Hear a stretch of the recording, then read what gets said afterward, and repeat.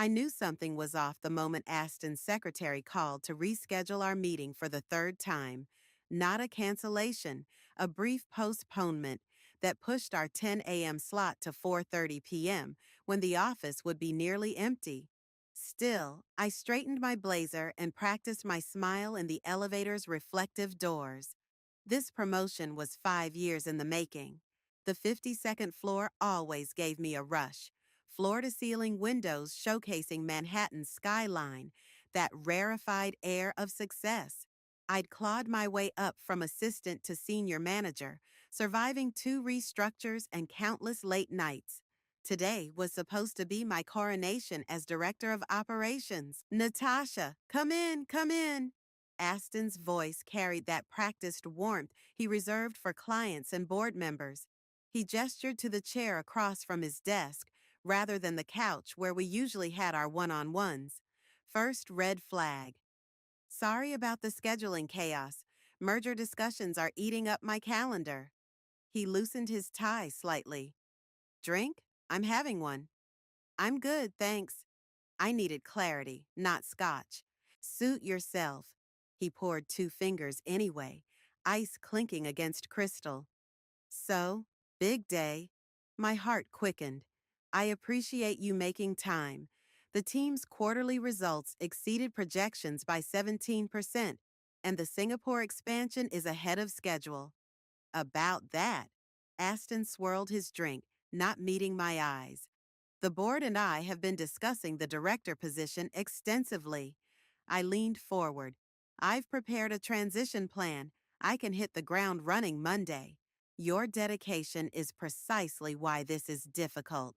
He finally looked at me. We're bringing in someone from outside. The words didn't register at first. I'm sorry?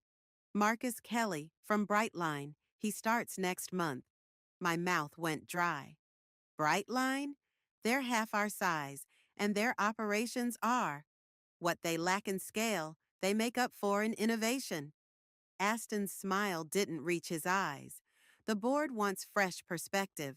5 years. 5 years of missed birthdays, canceled vacations, and 3 a.m. crisis calls. I restructured our entire supply chain. I delivered 20% cost reduction while improving delivery times. And that's why we value you exactly where you are. He leaned back. You're exceptional at execution, Natasha, but director level requires a different skill set. Different how? My voice had gone dangerously quiet. Strategic vision, leadership presence. He gestured vaguely. Marcus brings a certain gravitas to the role. Gravitas. The coded language wasn't lost on me. Marcus Kelly was 42, former college athlete, Wharton MBA. I was 32, state school, worked through college waiting tables. I see. I didn't. And my compensation adjustment? We're prepared to offer a 10% increase, plus stock options, half what the director role would pay. That's generous. You're disappointed. He sighed like this was harder for him than me. Look, you're valuable to us, but sometimes women in this industry need to adjust expectations. My skin went hot, then cold. Excuse me? I'm being straight with you because I respect you. He leaned forward, lowering his voice. The executive floor has a certain dynamic. The board has concerns about how you'd handle that pressure. I've been handling pressure since I started here. Different kind of pressure. He smiled in a way that made my stomach turn. Look, you're smart, capable, gorgeous, obviously. But director meetings get heated. Decisions get personal. Men at that level play rough. I stared at him, processing what he was really saying. I'm doing you a favor. He finished his scotch. The board questioned if you have the temperament. I convinced them to keep you on with a raise. Because I'm too emotional? The words tasted bitter. Because you're too valuable where you are. He checked his watch. Think of it as a stepping stone. Give it another year or two. Another year or two. On top of the 5 I'd already given. And if Marcus fails? He won't.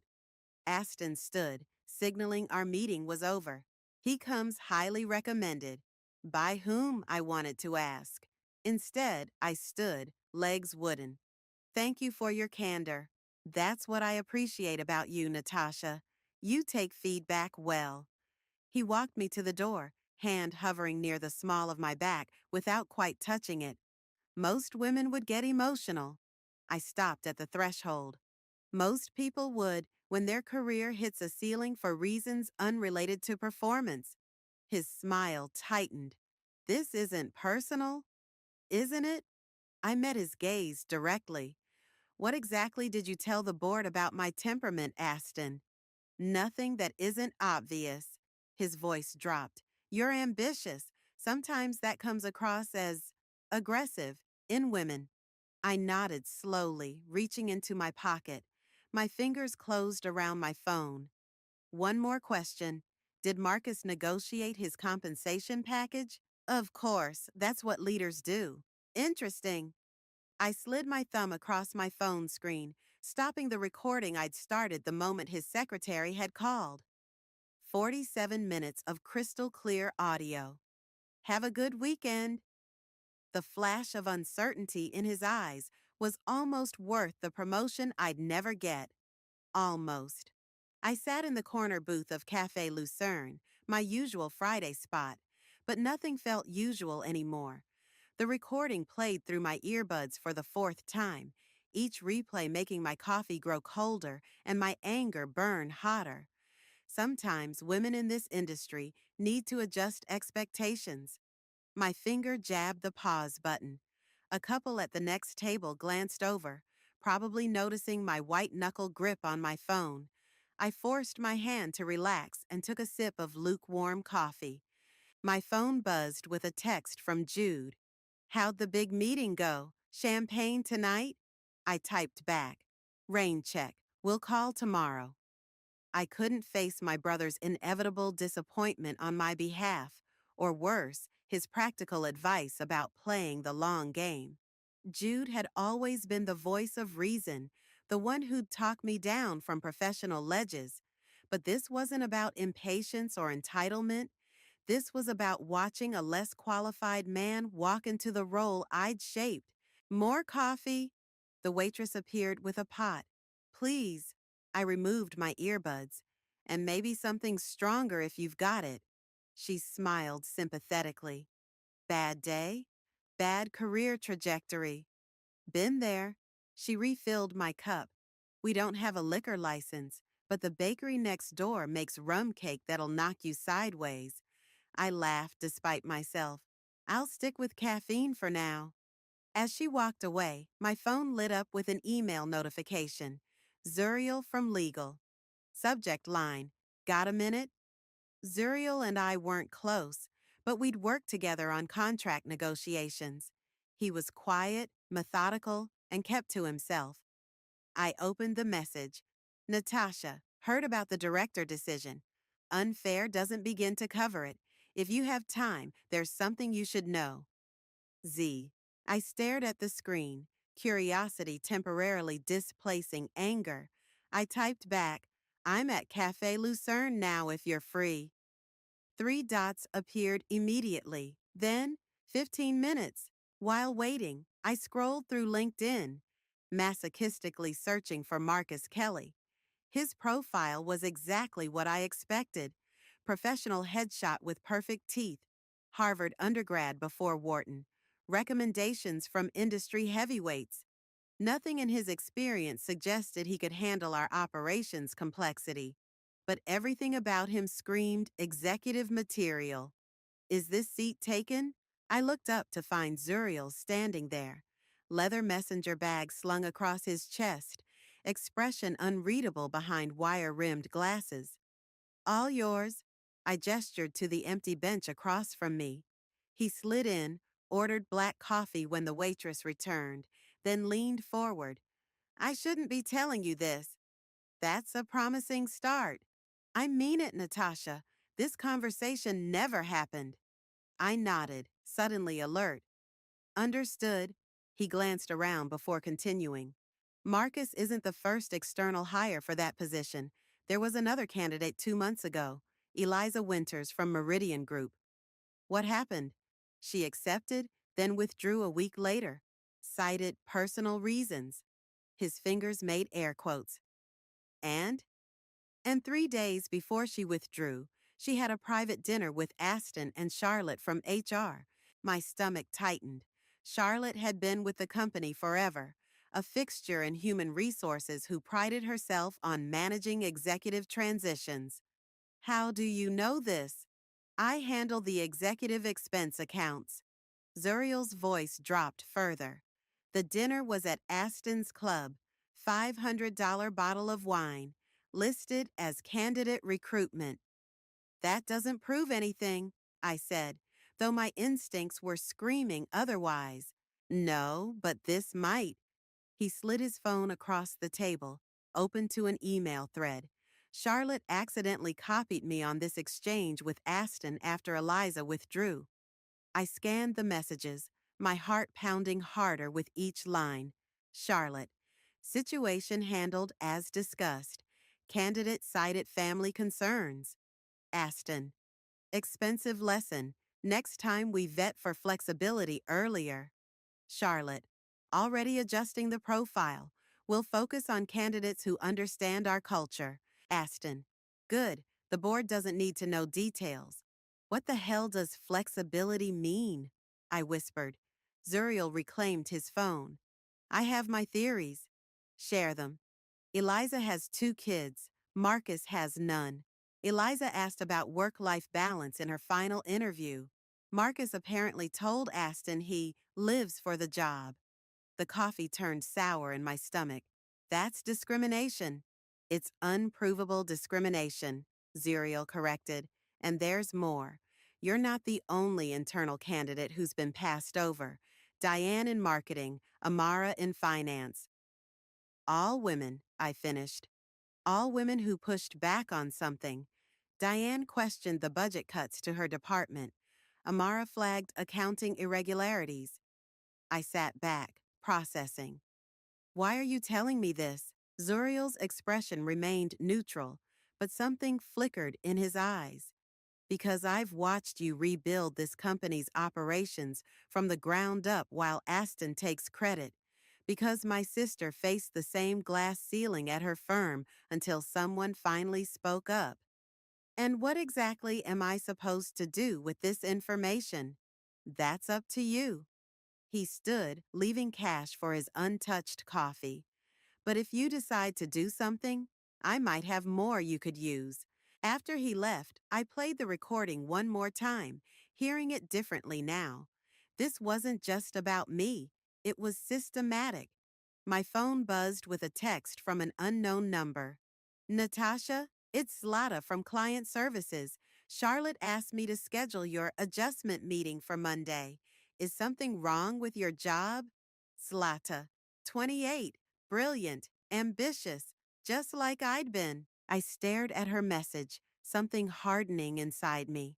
I thought of all the nights I'd worked until midnight, the promotions I'd been passed over for, the comments about my aggressive communication style. I picked up my phone and called Milton Emerson at the Times. We'd met at an industry conference last year, exchanged cards. He'd said to call if I ever had a story. This wasn't just my story anymore. The sky darkened as I waited outside the coffee shop, heavy clouds gathering like my thoughts. Milton was 15 minutes late. I checked my phone again. No messages, no calls. Maybe this was a mistake. Maybe I should just take the raise, keep my head down, play the game like everyone else. A black sedan pulled up and Milton emerged, raindrops already speckling his jacket. He spotted me and waved, hurrying over. Natasha, sorry I'm late. Editor meeting ran long. He extended his hand. Appreciate you reaching out. We ducked inside just as the rain began in earnest, claiming a corner table away from other patrons. Milton was older than I remembered, mid-50s with salt and pepper hair and the intense focus that marked career journalists. So, he said after ordering coffee, your message mentioned workplace discrimination. You have evidence? I placed my phone on the table between us. I recorded my boss explaining why I wasn't getting promoted. His eyebrows rose. Is New York a one-party consent state for recordings? Yes, I checked. Smart. He nodded approvingly. Mind if I listen? I pushed the phone toward him, watching his face as he put in earbuds. His expression remained neutral, but I caught the slight narrowing of his eyes at certain points, the almost imperceptible shake of his head. When he finished, he removed the earbuds carefully. That's explicit. And it's not just me. I leaned forward. I've learned there's a pattern. Other women passed over. An external female candidate who mysteriously withdrew. Can you prove the pattern? I have a source in legal. He has documentation. Milton's eyes sharpened. Would this source go on record? The question pulled me up short. Would Zuriel risk his job? Would I be asking him to? I don't know, I admitted, but there must be others who've experienced the same thing. Finding them is the challenge. Milton tapped his fingers on the table. HR departments are excellent at making these issues disappear one by one. Settlements with NDAs, quiet exits, gaslighting. So, what are you saying? There's no story?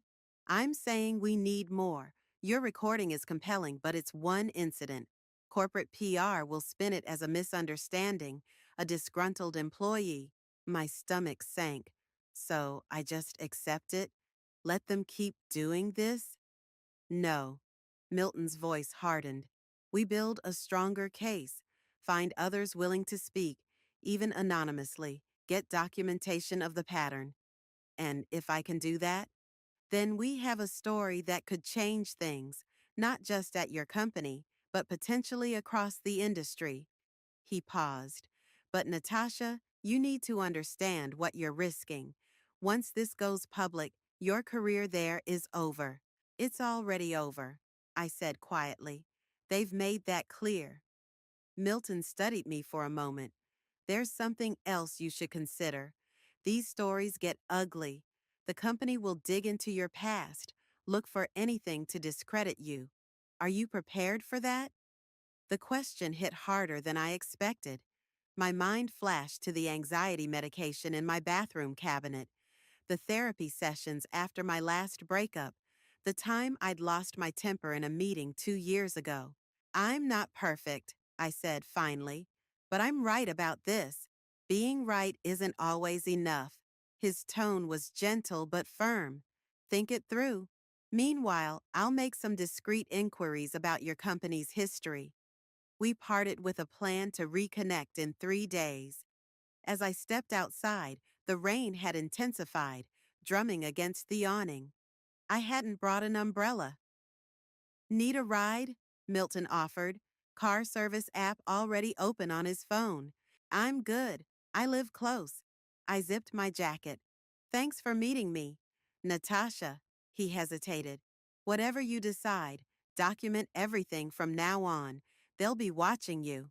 His words followed me through the rain, a chill that had nothing to do with the weather.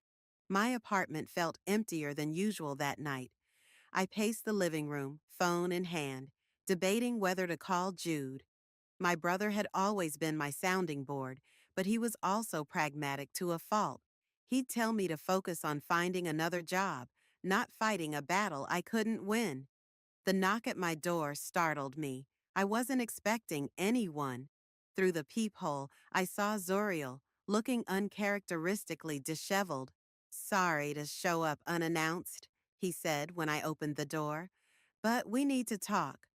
I let him in, noting the tension in his shoulders, the way his eyes darted around my apartment. What's wrong? Charlotte called me into her office today.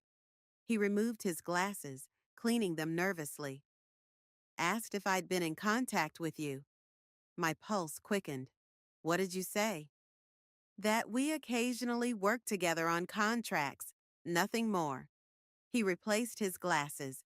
Natasha, they're already suspicious. Someone saw us at the cafe. That doesn't prove anything. It doesn't have to. They're watching the email servers, monitoring communications. He lowered his voice despite us being alone. I think they know about the recording.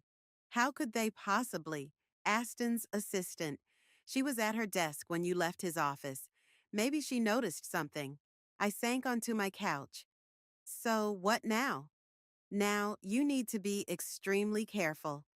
Zuriel sat beside me. And you need to know something else. I can't be your source anymore. What? Why? Because I have 2 kids and a mortgage. His voice cracked slightly. And because Charlotte mentioned budget cuts in legal during our conversation. It wasn't subtle. The weight of what I was up against suddenly felt crushing. They're threatening you. Not explicitly. They never do. He ran a hand through his hair. I'm sorry. I want to help, but I understand. And I did, even as disappointment flooded me. Family comes first. We sat in silence for a moment, rain pattering against the windows. There is one thing, he said finally, reaching into his bag. He pulled out a USB drive. Everything I have, email threads, expense reports, exit interviews that never made it to file.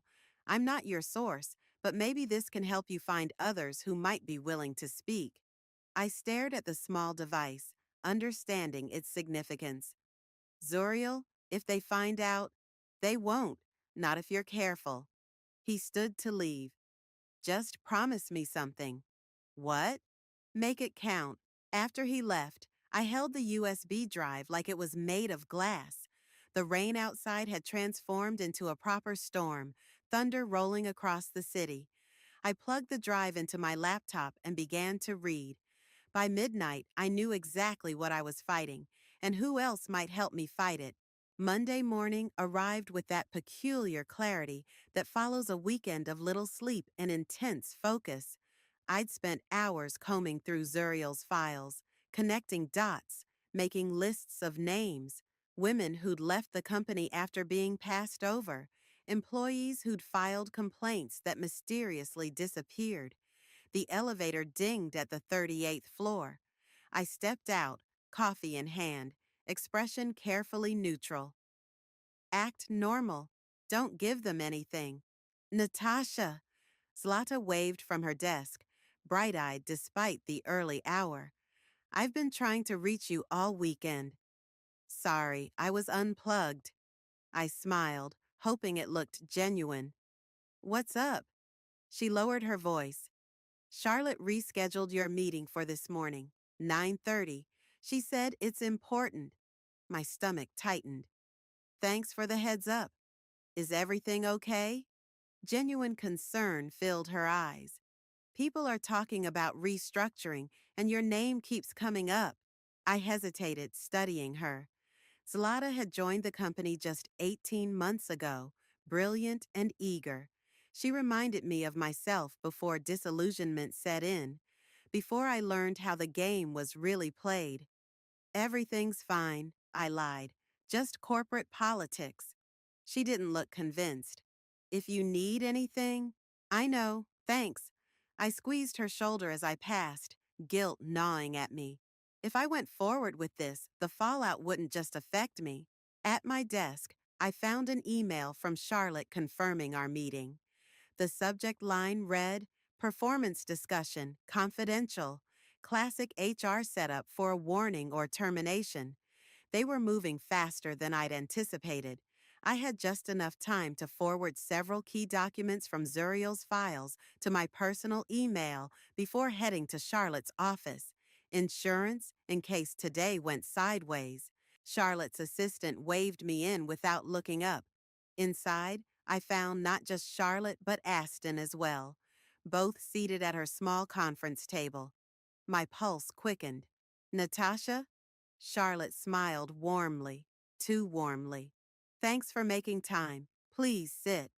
I took the chair facing both of them, back to the door. A deliberate power move on their part. We wanted to check in after Friday's discussion, Aston began, all concerned professionalism. I sensed you were disappointed. That's one word for it. Charlotte leaned forward. We understand career setbacks can be difficult, but we see this as an opportunity for growth, not a limitation. Growth. I kept my voice even. Into what, exactly? We've been discussing your future here, Charlotte continued, and we have a proposal that might interest you. Aston slid a folder across the table. A lateral move to our Singapore office, leading the expansion you've been working on. I didn't touch the folder. Singapore. It's an exciting opportunity, Charlotte enthused. Same compensation package we discussed Friday, plus relocation benefits. When would this start? I asked, already knowing the answer. Ideally next month. Aston smiled. We need someone who understands the operations intimately. Someone they could ship 6,000 miles away. Someone who wouldn't be around to make noise when Marcus took over the role I'd built. I'm flattered, I said carefully. But my life is here, my family. Of course we understand that. Charlotte's voice oozed sympathy. Take the weekend to think it over, but we will need an answer by Friday. And if I decline? A brief silence. Then we'll need to reevaluate your current role, Aston said finally. With the new leadership coming in, there may be redundancies. There it was. Accept exile or face elimination. I see. I stood, leaving the folder untouched. I'll consider it. As I reached the door, Charlotte called after me. Oh, Natasha? I almost forgot. The company is updating our confidentiality policies. Legal will be sending around new agreements for everyone to sign. I turned back, meeting her gaze. Everyone? Senior management first. Her smile never reached her eyes. By end of day, please. Message received. They're trying to bury you, Jude said that evening, pacing my living room. I'd finally called him, needing my brother's perspective even if I didn't follow his advice. Or ship me off to Singapore. I poured more wine into both our glasses. Same difference. It's constructive dismissal, Nat. They're hoping you'll quit so they don't have to fire you and risk a lawsuit. I know what they're doing. I took a long sip. The question is what I'm going to do. Jude stopped pacing. You're not seriously considering fighting this? These people played dirty. So I've discovered. I opened my laptop, showing him the files. Look at this. 5 women in 3 years, all pushed out after raising concerns. Settlements with NDAs. Aston's expenses showing business dinners with female employees half his age. Jude scanned the screen, expression darkening. Where did you get this? Does it matter? It matters if it was obtained illegally. His lawyer instincts kicked in. Nat, if you got this through unauthorized access, I didn't steal anything, I snapped. It was given to me by someone concerned about the pattern. Someone who could lose their job. Someone who already backed out. I closed the laptop. But there are others, Jude, women who left, who might talk if approached carefully. He sat beside me, concern etched on his face. And you're going to be the one to approach them?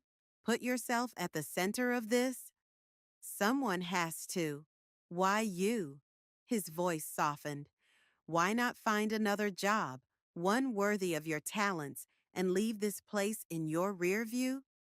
The question hung between us. Why was I doing this? For justice, revenge, to prove something? Because next time it'll be Zlata, I said finally, or some other woman who works twice as hard only to hit the same wall. Nothing changes if we all just walk away. Jude studied me for a long moment. You know I'll support you whatever you decide, but promise me you'll be careful. These corporate types, they protect their own. I know. I squeezed his hand. That's why I need to talk to someone who wasn't protected. After Jude left, I opened my laptop again, staring at a name that had appeared repeatedly in the files. Diana Vega, former marketing director, left abruptly last year after filing a complaint against Aston. Her settlement included an NDA, but according to the files, she'd initially refused to sign. I found her on LinkedIn, currently freelancing, based in Brooklyn. My finger hovered over the message button. Once I reached out, there would be no turning back. Charlotte's warning about the confidentiality agreement echoed in my mind. They were already moving to silence me. I clicked connect and began typing.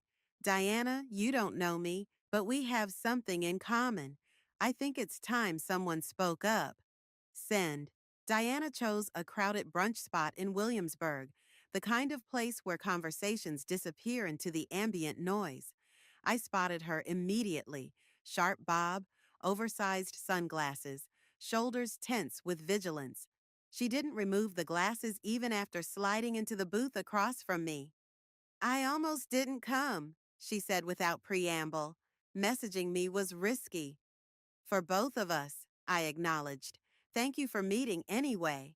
She studied me from behind dark lenses. Your message said you work at Pinnacle. Marketing? Operations. Senior manager. For now. A knowing smile flickered across her face. Let me guess. You were promised something they didn't deliver. Director position, given to an external male candidate instead. Diana removed her sunglasses finally, revealing tired eyes. Tale as old as time. What makes your situation different from the dozen other women they've done this to? I recorded Aston explaining why I wasn't director material. I leaned forward, and I have documentation of a pattern. Her posture changed subtly. What kind of documentation? Email threads, HR complaints that disappeared, settlement details. Including mine? Her voice sharpened. Yes? She glanced around the restaurant, then back at me. You realize I signed an NDA. I know. Then why am I here, Natasha? I took a deep breath. Because before you signed, you fought. Harder than anyone else, according to the files. You wanted something beyond money. Diana's laugh held no humor. I wanted accountability, systemic change. She stirred her untouched coffee. Instead, I got a check and a legally binding promise to shut up forever. What if you weren't alone this time? I pulled out my phone, showing her a list. 3 other women are willing to talk, NDA or not. With your help, we could find more. And do what exactly? Class action? Media exposure? She shook her head. They'll bury you in legal fees before you ever see a courtroom. I have a journalist interested, Milton Emerson from the Times. That caught her attention. Emerson? He broke the Westlake Industries story last year. Yes, but he needs more sources willing to go on record. Diana was quiet for a long moment. You know what happens to whistleblowers, right? Best case, you're blacklisted in the industry. Worst case, they destroy your reputation completely. I know the risks. Do you? She leaned forward. When I filed my complaint, they started rumors that I was unstable, that I'd made advances toward Aston and turned vindictive when rejected. Former colleagues, friends, stopped returning my calls. My stomach tightened. I'm sorry that happened to you. It wasn't just me. Every woman who's challenged them has been systematically discredited. Her eyes held mine. Are you prepared for that? The question hung between us. Was I? I thought about Zlata's admiring glances, my professional reputation built over years, Jude's concern. I have to be, I said finally, because it won't stop with me. Diana studied me for a long moment. You remind me of myself a year ago, before they broke me. You don't seem broken to me, a ghost of a smile. Good act, isn't it? She sighed. I can't go on record. My NDA is ironclad, and I've rebuilt my life. But, but, I can connect you with others, women who might be willing to speak. She pulled out her phone. And I can tell you things that won't appear in any documentation. For the next hour, Diana painted a picture more disturbing than anything in Zuriel's files. A boys' club mentality that extended beyond Aston to the entire executive floor. Retreats where female employees were expected to socialize after hours. Performance reviews that hinged on cultural fit rather than results. The Singapore offer, I said suddenly, did they try that with you too? Diana's expression confirmed it before she spoke. Hong Kong, in my case, same playbook, export the problem. As we parted, she gripped my arm. Whatever you do, don't sign anything they put in front of you. No new confidentiality agreements, no amended contracts, nothing. I won't. And Natasha? Her voice softened. Watch your back, literally. Don't be alone with any of them. I was still processing Diana's warnings when I returned to the office that afternoon. The floor was unusually quiet for a Tuesday. As I approached my desk, Zlata hurried over, eyes wide. Where have you been? She whispered. Charlotte's been looking for you everywhere. I had a meeting off-site. What's going on? I don't know exactly, but she glanced around nervously. Marcus was here earlier with IT. They were at your desk. My blood went cold. My computer? They said something about a security audit. She bit her lip. Natasha, I heard them mention your email activity. Before I could respond, my phone buzzed with a text from an unknown number. Meeting room C now. Z. Zuriel. My pulse quickened. I need to go, I told Zlata. If anyone asks, you're in the quarterly planning session. I know. She squeezed my hand. Be careful.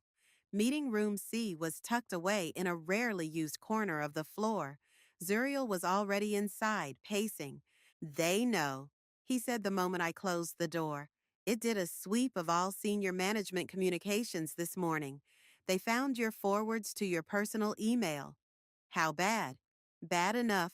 They're building a case for corporate espionage. His voice shook slightly. Aston's called an emergency executive meeting for 4 o'clock. To discuss me? To discuss your termination.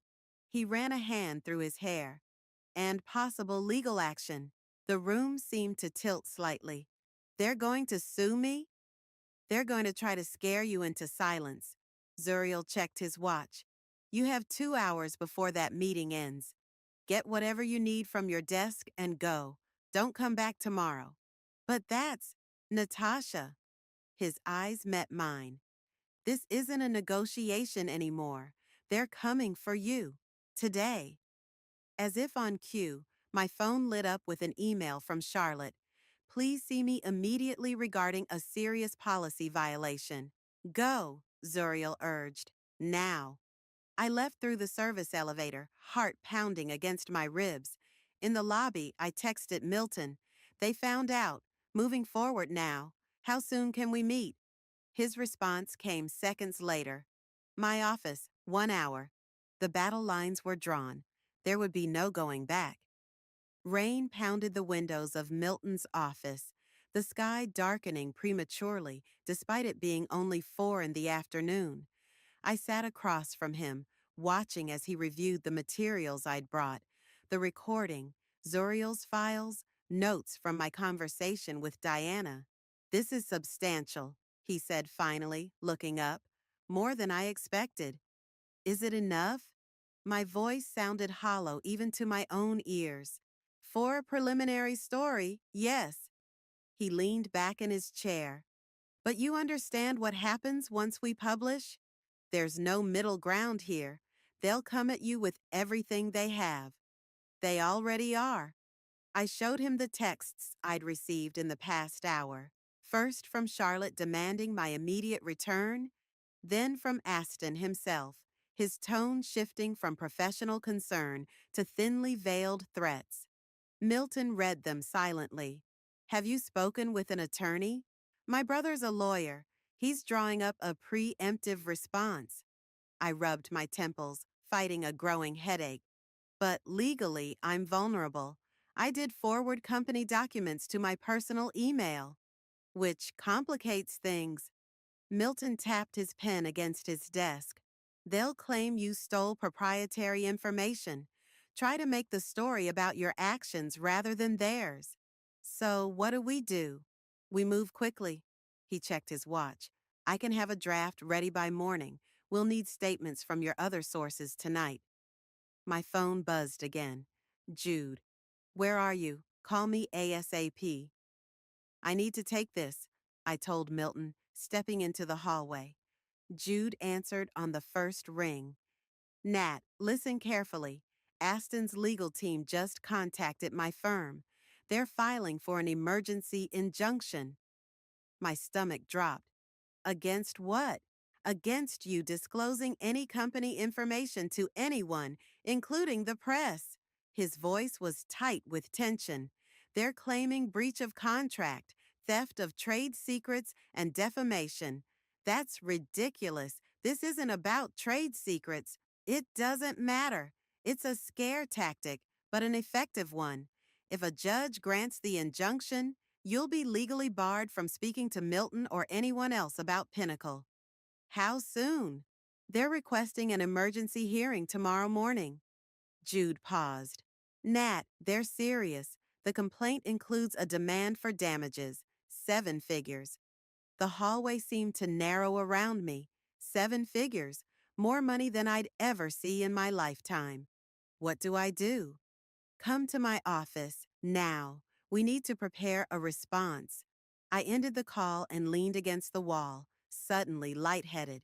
This was moving faster than I'd anticipated, spiraling beyond my control. When I returned to Milton's office, he was already on the phone, his expression grave. He held up a finger, finished his conversation, then turned to me. That was my editor. His voice was carefully neutral. Pinnacle's PR team just reached out. They're claiming you're under investigation for corporate espionage and attempting to blackmail executives. That's absurd. It's predictable. Milton's eyes were sympathetic but direct. They're trying to discredit you before the story breaks. Can they stop the story? Not if we have corroboration from multiple sources. He hesitated. But the legal threats complicate things. My editor wants to be certain we're on solid ground. My phone buzzed yet again. Unknown number. Natasha? It's Zlata. They just escorted me out of the building. They're saying I helped you access confidential files. My blood went cold. What? That's not true. I know that. Her voice trembled. But security went through my computer, and apparently I accessed HR records last month for that project Charlotte assigned me. They're saying I had no authorization. Zlata, I'm so sorry. They made me sign something before I left. I didn't know what else to do. She was crying now. I can't lose this job, Natasha. My visa?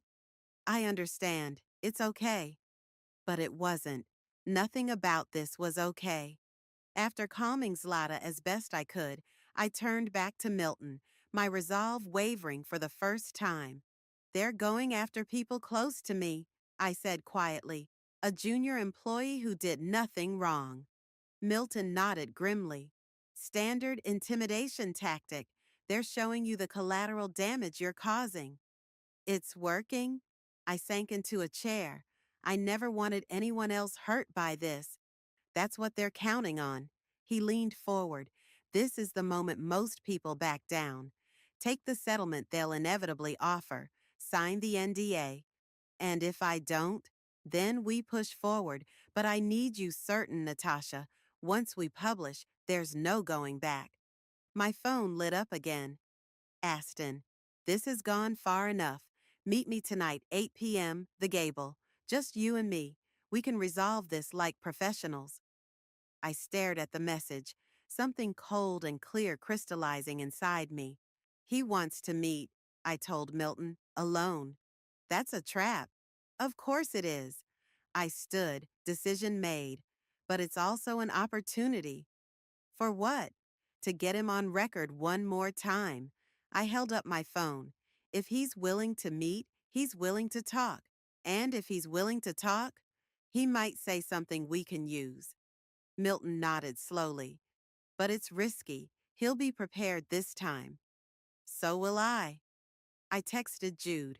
Meeting Aston at 8. Need you to be nearby. Then to Aston. I'll be there. The rain intensified outside, sheets of water cascading down the windows. A storm was coming, in more ways than one. You don't have to do this, Milton said quietly. Yes, I do. I gathered my things, because if I don't stand my ground now, I never will. As I left his office, my phone buzzed with a final message from Zoriel. Whatever happens next, remember why you started this. It was never just about you. He was right. It wasn't just about me. It was about Zlata, Diana, and every woman who would come after us. The thought steadied me as I stepped into the rain, heading toward a confrontation that would change everything.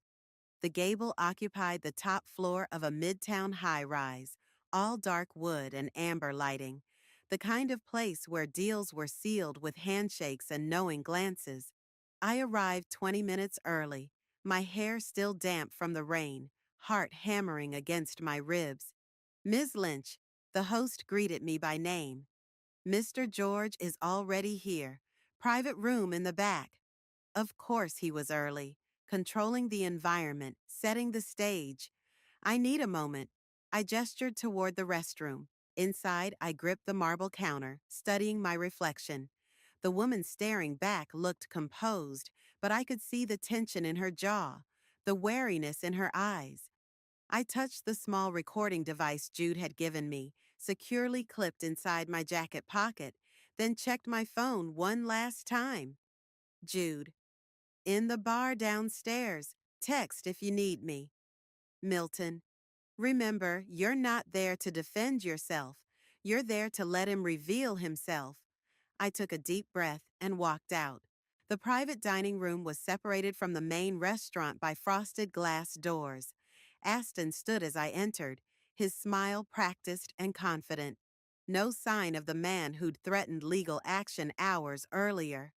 Natasha, thank you for coming. He gestured to the chair across from him. A bottle of expensive scotch sat between two glasses on the table. Drink? No, thank you. I remained standing. Let's skip the pleasantries, Aston. Why am I here? Please sit. His tone hardened slightly. We have matters to discuss. I sat, keeping my back straight, hands visible on the table. Such as the lawsuit your lawyers are preparing? A precautionary measure. He poured himself 2 fingers of scotch. One that can be withdrawn if we reach an understanding tonight. What kind of understanding? He took a measured sip before answering. You've put yourself in a difficult position, Natasha, removing confidential documents, making baseless accusations. They're not baseless. From where I sit, they look like the actions of a disgruntled employee who didn't get her way. His smile never reached his eyes. But I understand disappointment can cloud judgment. The condescension in his voice made my skin crawl, but I kept my expression neutral. Is that why you asked me here? To explain my clouded judgment?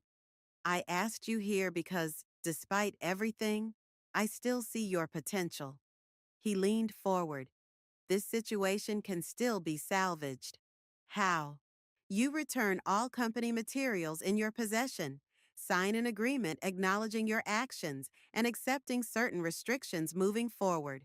He made it sound reasonable, even generous. In exchange, we drop the legal action and provide a severance package, 6 months' salary, plus benefits, and an NDA. Standard procedure in these situations. These situations. I repeated the words slowly. You mean when women challenge your authority? His expression flickered. This isn't about gender, Natasha. It's about professional conduct. Is that what you told Diana and Eliza and the others? The mention of those names hit their mark. Aston's jaw tightened momentarily before he regained his composure. I won't discuss other employees, past or present. Of course not. That would acknowledge the pattern. He set his glass down with deliberate care. What exactly do you hope to accomplish here? Even if your journalist friend publishes something, it becomes your word against the company's, a company with considerably more resources and credibility.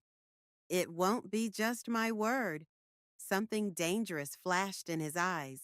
If you're referring to Zuriel, he's already recanted his statements, admitted to misinterpreting certain communications.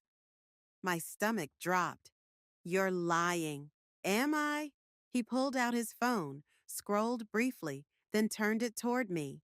An email from Zuriel to HR, apologizing for sharing incomplete information that may have been misconstrued.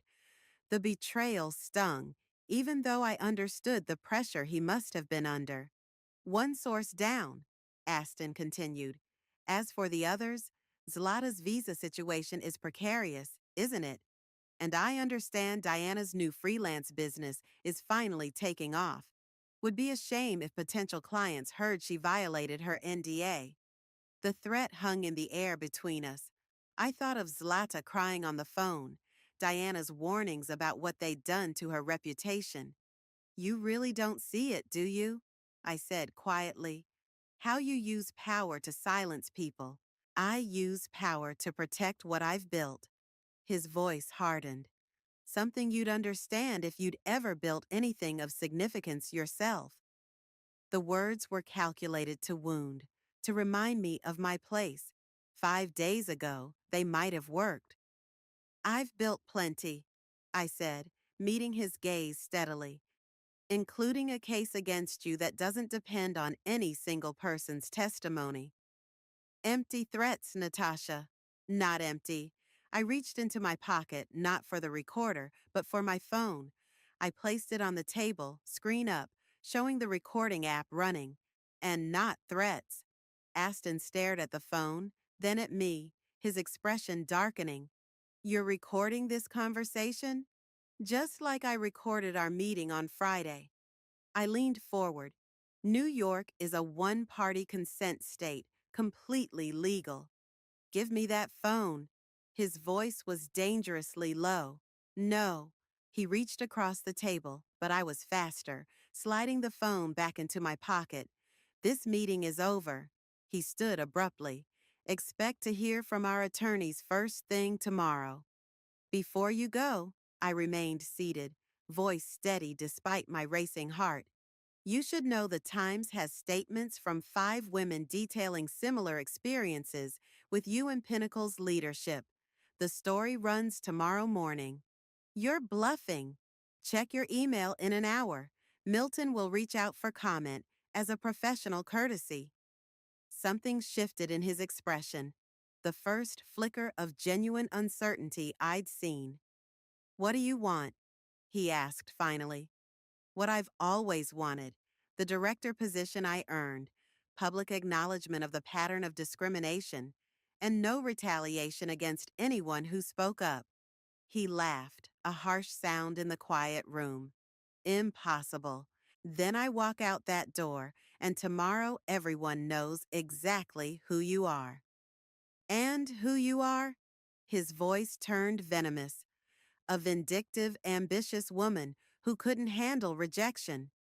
I stood then, gathering my things with deliberate calm. That's where you're wrong, Aston. I handled rejection just fine. It's injustice I couldn't stomach. As I reached the door, he called after me. You'll never work in this industry again. You know that, right? I turned back one last time. Maybe not, but neither will you. The look on his face, rage mingled with the first real traces of fear, told me he finally believed me. Outside, the rain had stopped. The night air felt electric against my skin as I texted Milton. It's done. Run the story. Sleep never came. I sat at my kitchen table as night gradually yielded to dawn, my laptop open to the Times website, waiting. The apartment felt unnaturally quiet, as if the world itself were holding its breath. At 6:07 a.m., my phone rang. Milton. It's live. he said without preamble. Top of the digital front page. I refreshed the screen. There it was. Systematic discrimination alleged at Pinnacle Corp. My name appeared in the second paragraph, alongside words like whistleblower and retaliation. How are you feeling? Milton asked. I don't know yet. My voice sounded distant to my own ears. Ask me tomorrow. After we hung up, I remained motionless, staring at the article. 5 women had gone on record, 3 anonymously, 2 with names. Diana had changed her mind at the last minute, deciding that silence had cost her enough already. The story detailed a pattern spanning years, passed over promotions, strategic relocations, retaliatory actions. My phone began buzzing with notifications. Text messages, emails, LinkedIn requests, journalists seeking comments, former colleagues expressing shock or support. I silenced it, needing space to process. The intercom buzzed. Jude. You shouldn't be alone right now, he said when I let him in, setting down coffee and bagels I hadn't asked for, but suddenly desperately needed. Have you seen it? I asked. Of course. He squeezed my shoulder. You did it, Nat. Did what, exactly? I sank onto the couch, ended my career, started a legal battle I can't afford, told the truth. He sat beside me. Everything else is just consequences. My phone rang again, Zuriel this time. I hesitated, then answered on speaker. I'm sorry, he said immediately. They threatened my kids, Natasha, my daughter's college acceptance. I understand, and I did. The email to HR, written with their attorney watching over my shoulder. His voice was strained. But I want you to know, I've resigned this morning, effective immediately. Zuriel, you didn't have to. Yes, I did. Something had shifted in his tone. Relief, perhaps. I've already received 2 calls from firms wanting to discuss opportunities. Turns out having principals is marketable. After we hung up, Jude studied me. You realize what's happening, right? The story's spreading. People are choosing sides. My phone confirmed it. The article was being shared across social media. Comment sections filling with similar stories from other companies, other industries. It's not about sides, I said finally. It's about patterns. Once you see them, you can't unsee them.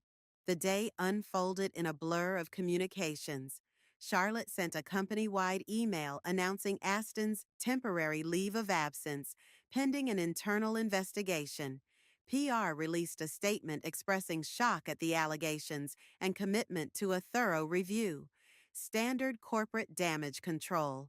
By afternoon, I'd heard from 3 law firms offering to represent me pro bono against Pinnacle's inevitable lawsuit. 2 competing companies had left messages about potential opportunities.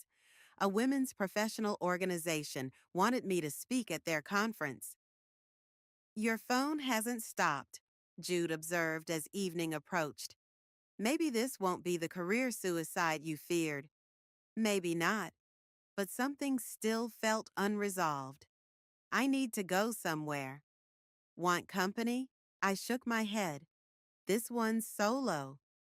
The Pinnacle building looked different in twilight, less imposing somehow. Security would have my access revoked by now, but I wasn't there to go inside. I stood across the street watching employees exit, wondering which ones had read the article, which ones were discussing it in hushed tones by the coffee machine. I thought I might find you here.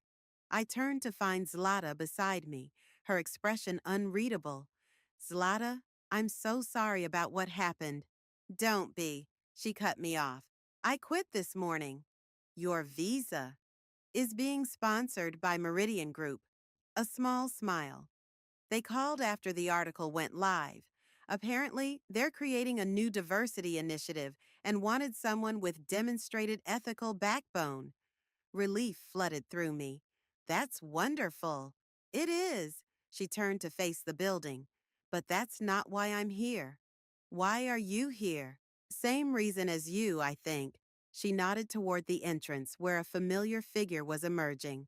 Charlotte, looking considerably less composed than usual, flanked by two men carrying boxes of her belongings. Board emergency session this afternoon. Zlata explained. Charlotte's out. So is the head of legal. They're calling it leadership restructuring. We watched in silence as Charlotte climbed into a waiting car. It won't fix everything, I said quietly. No. Zlata's shoulder brushed against mine. But it's a start. As we stood there, my phone buzzed with an email. Board of Directors at Pinnacle, requesting a meeting tomorrow to discuss organizational improvements and my potential role in future leadership. I showed it to Zlata, who raised an eyebrow. Are you going? The question gave me pause. A week ago, I would have said yes immediately, desperate for validation, for the recognition I'd earned. Now, I don't know. I put the phone away. I have other meetings tomorrow. With who? Diana and the others. Something had crystallized inside me during these past days, a purpose clearer than any corporate title. We're discussing next steps. Next steps? This was never just about Pinnacle. I turned away from the building, no longer needing to watch its lights. It's about changing the patterns, everywhere. As we walked away, Zlata glanced back once. Aren't you worried about what happens next? The lawsuits? The backlash? Terrified. I smiled, surprising myself with how genuine it felt. But I'd rather be scared and moving forward than safe and standing still. The city stretched before us, full of buildings just like Pinnacle, full of stories just like mine. The thought no longer filled me with dread, but with a strange, fierce determination. They never expected us to compare notes, I said, more to myself than to Zlata. That was their first mistake. And their last, she added, falling into step beside me.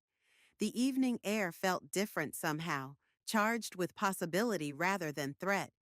I'd lost something these past days, security perhaps, or illusions. But I'd found something too, something I hadn't even known I was looking for. My voice, and I wasn't done using it.